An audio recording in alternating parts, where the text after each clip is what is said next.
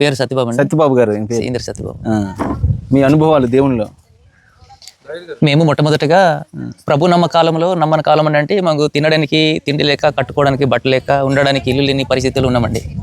చాలా దారుణంగా అండి. ఎక్కడ కూలికి వెళ్దామన్నా, ఏది సేదమన్నా మాకు ఎవరు కూడా కూలికి ఇచ్చేవరకు లేదు. ఏది సంపాదించినా అడవికి వెళ్ళి ముక్కలు చెక్కొని కేడిపేటకి తీసుకుని వెళ్ళి ముక్కలు అమ్ముకుంటూ కేజీ బియ్యం కొనుక్కొని వచ్చి కుటుంబాన్ని అలాగే జీవనోపాధి చేసామండి. ఇప్పుడు ఎప్పుడైతే ప్రభు నమ్ముకున్నామో ప్రభు నమ్ముకున్నప్పటి నుండి ఇప్పుడు వరకు ఆ మహాదేవుని కృపను పెట్టి దేవుడు మాకు ఇంత ఈ స్థాయిలోనికి మమ్మల్ని తీసుకొని వచ్చినాడండి. ఇంకా దేవుని సేవకులు ఎంత ఆశీర్వాదం అంటే బ్రదర్ అండి ఈయన. మా అబ్బాయి పెద్దవాడు అండి. మా పాప నర్సింగ్ చేస్తుండేది వైజాగ్ మహాత్మా గాంధీ హాస్పిటల్లో నర్సింగ్ డాక్టర్గా ఉన్నది. ఇంజనీరింగ్ అండి. పాప నర్సింగ్ లో ఉన్నదండి. ఉద్యోగం చేసి చక్కగా అది ఎర్రనేలో చక్కటి విశ్వాసం కలిగిన ఒక కుటుంబము నిమ్మలగుంది.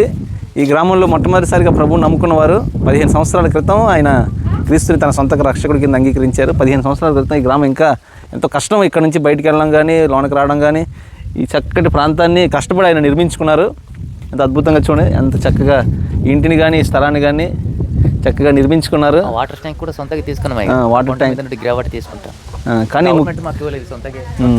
కానీ గొప్ప విషయం ఏంటంటే ఈ అరణ్య ప్రాంతంలో క్రీస్తుని విశ్వసించి 15 సంవత్సరాల ముందు ఈ రోజుకి తన విశ్వాసాన్ని కొనసాగిస్తూ ఇక్కడ నుండి ఆల్మోస్ట్ 20 కిలోమీటర్లు ప్రయాణం చేసి మందిరానికి వెళ్ళి ఆరాధన ముగించుకొని మరలా చూశారు కదా ఇప్పుడు వచ్చిన ప్రాంతం ఎంత కష్టంగా ఉందో బళ్ళు మీద రావడానికి. మరి అరణ్య ప్రాంతం నుండి ప్రయాణం అయ్యి మరలా అక్కడ ఆరాధన చూసుకొని మరలా ఈ ప్రాంతానికి వచ్చి తన విశ్వాసాన్ని కాపాడుకొని తన కుటుంబాన్ని కూడా దేవుళ్ళని నడిపించుకున్నారు. ఇట్టి విశ్వాసాలు ఉన్నారండి. అరణ్య ప్రాంతాల్లో సేవ చేస్తున్న సేవకులకి మనం సల్యూట్ చేయొచ్చు. సేవకులు ఇలాంటి విశ్వాసుల్ని అందరినీ కూడా దేవుడు అన్ని విధాలుగా ఆశీర్వదించి బలపరచాలంటే అరణ్య ప్రాంతాల్లో ఉన్న సేవకులందరి కొరకు, విశ్వాసుల కొరకు ప్రార్థన చేయవలసిందిగా యూట్యూబ్లో ఉన్న వ్యూవర్స్ అందరినీ కోరుకుంటున్నాను. ఆదిలో ఆదాము తప్పు చేయడం వల్ల మానవులందరూ విడిపోయారు. తర్వాత నోవాహు జలప్రలయం అయిపోయిన తర్వాత దేవుడు ఒక మాట చెప్పాడు, మీరు ఫలించి అభివృద్ధి చెంది విస్తరించి భూమిని నిండించమన్నాడు. కానీ మనుషులు అప్పుడు కూడా దేవుడికి వ్యతిరేకంగానే మరలా నడిచారు. అంటే దేవుడు కోరిక ఏంటంటే భూమి మీద ఉన్న మనుషులందరూ భూమిని నిండించాలి, భూమి మీద విస్తరించాలా, భూమిని నిండించాలి. కానీ నోవాహు జలప్రలయం అయిపోయిన తర్వాత వాళ్ళకి ఒక ఆలోచన వస్తుంది, ఈ భూమి అంతా చెరిపోయే బదులు అందరం ఒక దగ్గర ఉంటే బాగుంటుంది కదా ఒక ఆలోచన. కానీ ఆదాముతో మాట్లాడింది, నోవాహుతో మాట్లాడింది, ఆయన ఒకే మాట మాట్లాడాడు, మీరు ఫలించండి, అభివృద్ధి చెందండి, విస్తరించండి, భూమిని నిండించండి. ఆదాము కాలంలో కూడా అది చేయలేకపోయారు. తర్వాత నోవాహు కాలంలో కూడా అది చేయలేక మళ్ళీ ఒక ఆలోచన వచ్చింది, ఒక దగ్గర ఉండిపోదాం, భూమి అంతా ఎందుకు చెదిరిపోవాలి. అప్పుడు దేవుడు ఏం చేశారంటే జనం ఒక్కటే, భాష ఒక్కటే. అంటే ఆ టైంలో జనం ఒక్కటే అంటే ఇప్పుడు ఇన్ని రకాల జాతులు ఉన్నాయి కదా, అప్పుడు అన్ని రకాల జాతులు లేవంట, ఒక్క జాతే ఉంది. ఇప్పుడు చైనా వాడు ఒకలాగా ఉంటాడు, ఆఫ్రికా వాడు ఒకలాగా ఉంటాడు, అమెరికా వాడు ఒకలాగా ఉంటాడు, ఎవరు దుబాయ్ వాళ్ళు ఒకలాగా ఉంటారు, తమిళ వాళ్ళు ఒకలాగా ఉంటారు, తెలుగు వాళ్ళు ఒకలాగా ఉంటారు. అంటే ఆ కాలంలో మాత్రం అలా లేరంట, అందరూ ఒకలాగే ఒకే జాతి ఉండేదంట. ఎప్పుడైతే దేవుడు చూశాడో, నేను 2 సార్లు చెప్పాను వీరితో మాట్లాడాను, భూమిని నిండించండి, భూమిని నిండించండి అంటే నిండించకుండా ఒక దగ్గర ఉండిపోతున్నారు, ఇక ఇలాగైతే వీళ్ళు భూమిని నిండించరని అప్పుడు ఆయన ఏం చేశారంటే జాతులను సృష్టించారు. ఇలా జాతులను సృష్టించడం వల్ల ఆ గొప్ప సమూహం ఏదైతే ఒక దగ్గర ఉండిపోదాం అనుకుందో అక్కడ జాతులు సృష్టింపబడ్డాయి, భాష మారిపోయింది. ఇప్పుడు సడన్గా ఒక 1000 మంది ఉన్నారనుకోండి, ఉదాహరణకి ఒక 50 మంది తెలుగు, ఒక 50 మంది తమిళ్, ఒక 50 మంది మలయాళం, ఒక 50 మంది ఇంగ్లీష్, ఒక 50 మంది కోయి భాష, ఒక 50 మంది ఒడియా భాష, ఇలాగ భాషలు మాట్లాడేస్తారు. ఎప్పుడైతే ఒకరి భాషలో ఒకటి నప్పాయో వాళ్ళందరూ ఒక గుంపు అయ్యారు. అలాగ భూమి మొత్తం మనుషులు ఏమయ్యారు, విస్తరించి చెదిరిపోయారు. అంటే కానీ ఒక విషయం మనం ఆలోచించాలి, దేవుడు చెప్పినట్లుగా ఆ రోజే కనుక మనం నిండించి ఉంటే, భూమిని నిండించడానికి ఒక ఆలోచన కలిగి ఉంటే ఈరోజు జాతి ఒక్కటే ఉంటుంది. జాతి ఒక్కటే ఉన్నప్పుడు ఏ బాధలు లేవు, భాష ఒకటే ఉన్నప్పుడు ఏ బాధలు లేవు.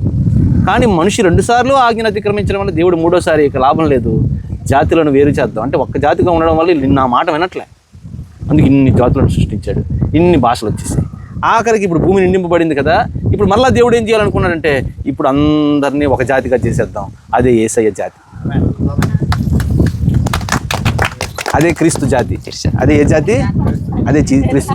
ఇప్పుడు క్రీస్తు జాతి, ఇప్పుడు యేసు రక్తమును బట్టి క్రీస్తు జాతి ఏర్పడింది. ఇప్పుడు భాష ఒకటవ్వాలి కదా, ఆ భాషే బైబిల్,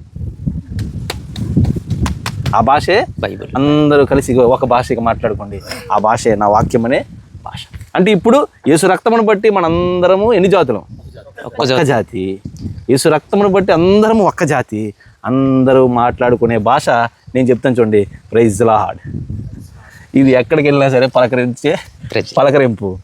ఎక్కడ హిందీ పడైనా సరే, మనం ఒరిస్సా వెళ్ళాం, ఒరిస్సాలో కూడా ప్రైజ్ లాడే, తమిళనాడులో అయినా ప్రైజ్ లాడే, ఎక్కడికి వెళ్ళినా సరే ఫస్ట్ ప్రైజ్ లాడ్. అంటే దేవుడు ఎంత గొప్ప ఆలోచన కలిగి ఉన్నాడు చూడండి. భూమి నిండింపబడింది, ఇప్పుడు మనిషి లేని ప్రాంతం అంటూ లేదు. భూమి మొత్తం నిండింపబడిన తర్వాత తన కుమారుని పంపించి ఒక జాతిని చేసి ఒక భాష ఇచ్చేసాడు.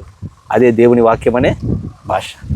కనుక ఇక మనం ఏమై ఉన్నామంటే అందరం ఒక జాతి జనం. అందుకే మనం ఇలాగ పరిచయం చేస్తుంటాడు అన్నమాట. ఇక్కడ చూడండి రకరకాల వ్యక్తులు, వాళ్ళు ఏ ఒక్కరం కూడా ఒక ప్రాంతంలోనే అందరం పుట్టినవారం కాదు. అలా దావీదు గారు ఒక ప్రాంతంలో, అయ్యా మీ పేరు యోసేపు గారు ఒక ప్రాంతం, ఆయన లంక ఎక్కడండి మీది? రింతాడ. ఆయన అక్కడ పుట్టారు. దావీదు గారు ఎస్కోట ప్రాంతం. డానియల్ నీది అక్కడ తాడిచెట్లపాలెం. పాల్ గారు శ్రీకాకుళం. డేవిడ్ రాజు గారు మహేష్ కాంప్లెక్స్, ఆర్టీసీ కాంప్లెక్స్. మోషే నీది నల్లమల. మీది 1 టౌన్ పోస్ట్ ఆఫీస్. ఆంధ్రయ్య గారు వాల్టేర్. అయ్యా మీది చింతమావడి. నాది వైజాగ్. నీది ఈ ప్రాంతం. కానీ ఇన్ని భాషలు ఉన్నా సరే అందరం ఒక రక్తం వల్ల ఒకటయ్యాం. ఆ రక్తం పేరు ఏం పేరండి? యేసు రక్తం. ఇప్పుడు భాష ఏంటి? దేవుని వాక్యం. ఇంత గొప్ప జ్ఞానం కలిగిన దేవునికే మహిమ కలుగునుగాక. హల్లెలూయా. ప్రభా అప్పగించుతున్నాం తండ్రి. ఈ గ్రామం అంతా మీరు దీవించండి, మీ ఆశీర్వదించండి అయా ప్రభా. వచ్చిన సుదూర ప్రాంతం నుంచి ప్రభా, వైజాగ్ నుంచి అయా ప్రభా, ఉన్న గ్రామాల నుంచి వచ్చిన ప్రతి ఒక్క నీ దాసులు ప్రభా మీరే దీవించండి, మీ ఆశీర్వదించండి. అర్చించిన ప్రభువ మీరే ప్రభా, వాక్యంతో మీరు మాట్లాడండి, మధురమైన మాటలు అయా వినటి తినటి పడగ మాటలు ఉంచుమని తండ్రి. అయా మమ్మల్ని ప్రభా మీరే కూడా దీవించండి, మీ ఆశీర్వదించండి.